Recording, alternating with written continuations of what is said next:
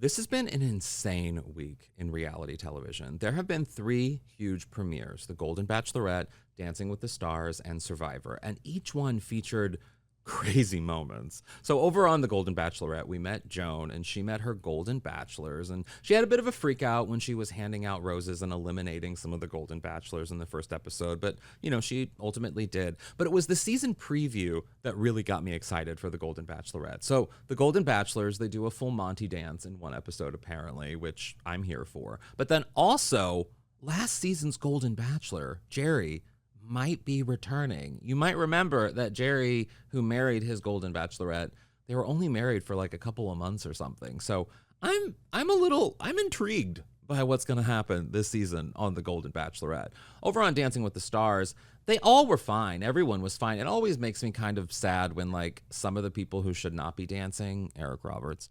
I don't know. It makes me sad to see them have to compete against, actual Olympians. And probably the best dancer out of all of them was the Clark Kent Olympian himself, Steven Niederostic. And he was the best. He kind of had that frozen deer in the headlights sort of face the whole time while he was dancing, but he clearly can dance, which is exciting to watch. But the one that everyone was talking about was, of course, the felon, Anna Delvey, who danced with her ankle monitor bracelet on, just that security bracelet that is monitoring her whereabouts wherever she is.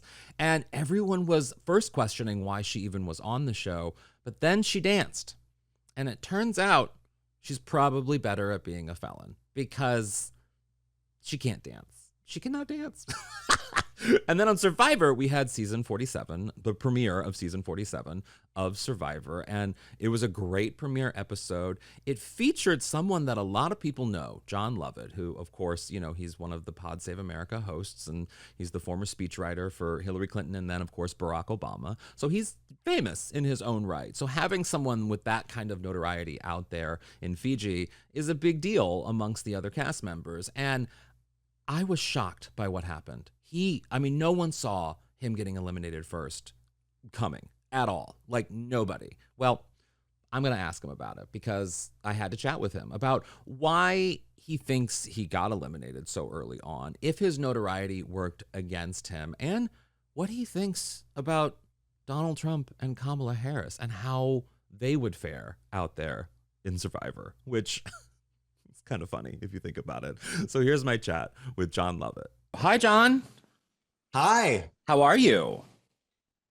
Living the dream. Well, I have to say, I was shocked that you were I'm sure you were more shocked than I was, but I was shocked at last night's results. And so was Jeff. He said it in an interview. So like, what do you think happened?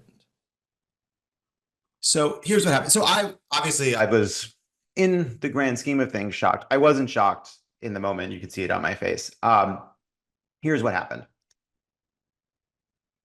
Basically, once Andy has his event, the possibilities really narrowed. And the challenge I had was, once we got back from the challenge, the immunity challenge, very quickly it crystallizes that I am hearing that the vote is going to be on Andy. But it was so neat and clean and so obvious to me that that's exactly what you'd say. Yeah. Because if I were in their shoes, I would tell me it was Andy, and then I'd vote me out, because at that point he had just projected to the not just our tribe, but to every tribe, that he was no longer a threat. I remained a threat, and that made it obvious. And so the challenge for me in those hours of wrangling, of which you only see a small piece, is how do you persuade a group of people to do what they're already telling you they're doing, and they're not? Yeah. Right? A group of people have just told you they're voting for Andy. I know it is not the case, and I need to persuade them to do that anyway. It became very clear to me that the more emphatic people were that it was Andy, the less I could trust it, because there's the shot in the dark. Yeah. And so my options became either believe them when I knew I couldn't, play the shot in the dark, or try to finagle a different vote in a way that made sense. And you only see a small piece of it. Andy and I believe Sam had already floated Annika's name. I really liked Annika and I wanted to work with Annika, and we would have, I Yeah. think, had things gone differently. We also had a really good conversation on the first day. We just hadn't, by happenstance, talked much in the 48 hours that followed. And because I knew and could sense how smart she was, I really couldn't believe her when she told me the vote was on Andy. I obviously, you don't have 360-degree view. You don't see that there's a conversation where she's actually the one trying to persuade Rachel and Sierra and Sam to go with actually voting Andy, that Rachel's open to it. Sam and Sierra are less so. Like, I don't see that conversation. All I feel is a collective decision on that group to vote for me. Basically, Sam and Sierra felt like they had, and by pairing, it is the subtlest of pairings, right? These are not fully formed or forged groups. It was too quick. Yeah. But like the smallest of indentations are forming in the sand, and you end up with a light connection between Sam and Sierra, a light connection between Rachel and Annika, a light connection between me and Andy. I am not seeing in full that Rachel and Andy have had this moment in which Rachel is really suspicious. In my mind, and what I think very well might have, if not probably would have happened had Andy not melted down, is I think I could have pulled Annika and Annika could have pulled Rachel into a vote with me and Andy. Yeah. How that would have shaken out, I don't know exactly, but like there was a lot of ways it would have gone. I don't believe it would have fallen on me. But once that happens, I'm kind of stuck, right? Because if I project to Andy that I'm so angry about what happened that I'm turning on him, Yeah. that's a problem. He's now said to the group that we're aligned and that he's not reliable. That's a problem. So it just, I mean, I'm giving you the details because I feel like people will appreciate the details here. Like, that is why I went into the tribal vote, I felt like, with a lot of awareness. I really was thinking, oh, wouldn't it be funny if in front of everybody I turned over my bag and took out my shot in the dark and used it. Yeah. So yeah, that's sort of where my head was In the at. in the moment during Andy's breakdown, I mean, I don't think Andy's breakdown was strategic, although I see people on X sort of commenting about that. But do you think your other teammates saw Andy's breakdown as an opportunity to make a move in a way that did something? Of course, everyone's seeing the whole point of what you're trying to do is to turn every single moment into an opportunity. Andy said my name out loud in front of everyone. Yeah. He basically said to the rest of my tribe, oh, look, we have somebody that we can focus on. Whether or not Andy was, compos mentis, whether he was paranoid, in some way thinking strategically, it doesn't really matter, because whether he was just sort of losing it, whether he was in some combination losing it or trying to figure out a way to save himself, it was fundamentally a strategic.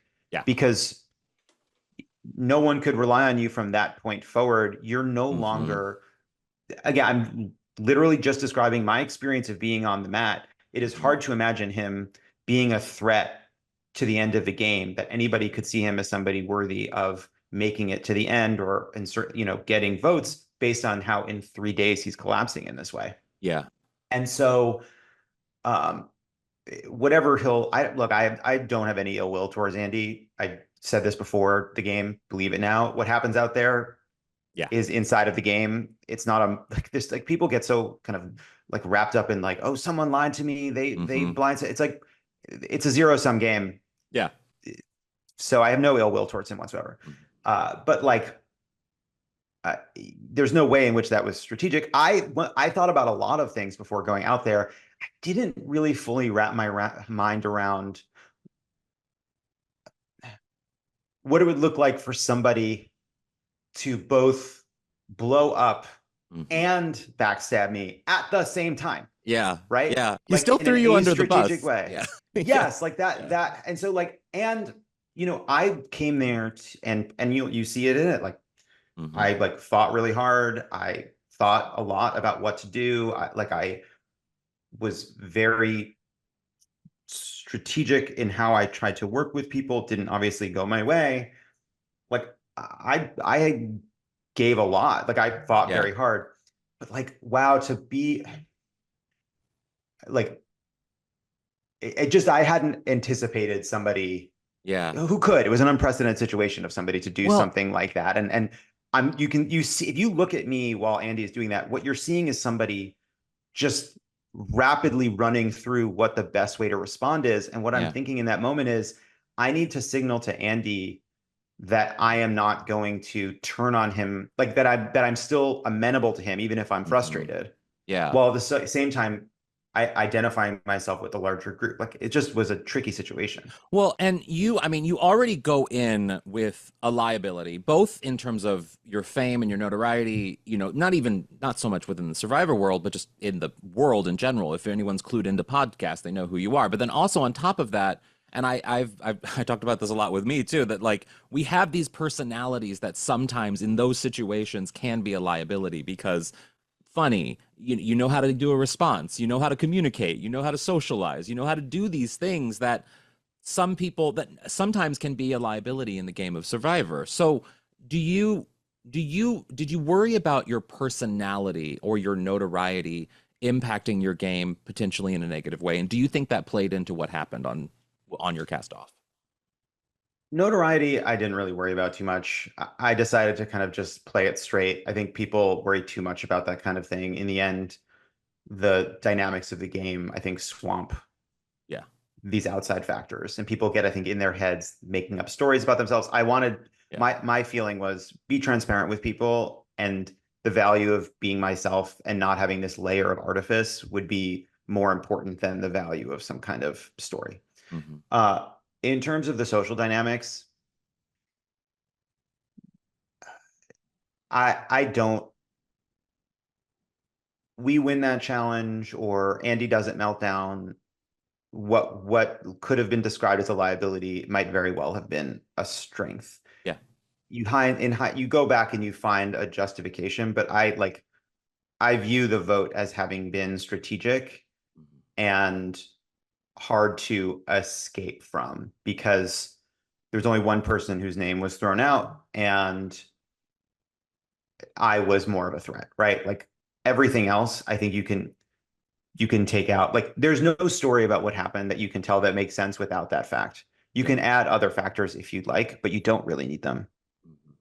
Yeah. Yeah. No, that makes sense. And do you, I mean, does it change? I mean, in terms of sort of you're living it out there, but while watching it last night, was it a different experience than I mean, because when you're in the moment, obviously you're experiencing it in one way, but when you're watching it, you must have, was there any anger towards anything? Was there any sort of like new things that you were like, oh, I wish I would have known, I wish I would have known more about that person?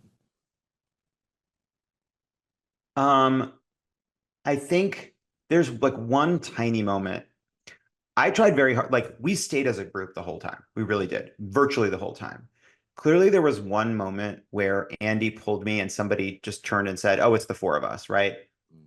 And that I think in hindsight looks important, but there were conversations that I had with others on the tribe that basically said like, "Hey, like whatever conversations we're having right now," and I believe this is true, over time, the alliances that last and hold are not ones made in a second based on happenstance. They're ones based on connection. And so I was making an argument.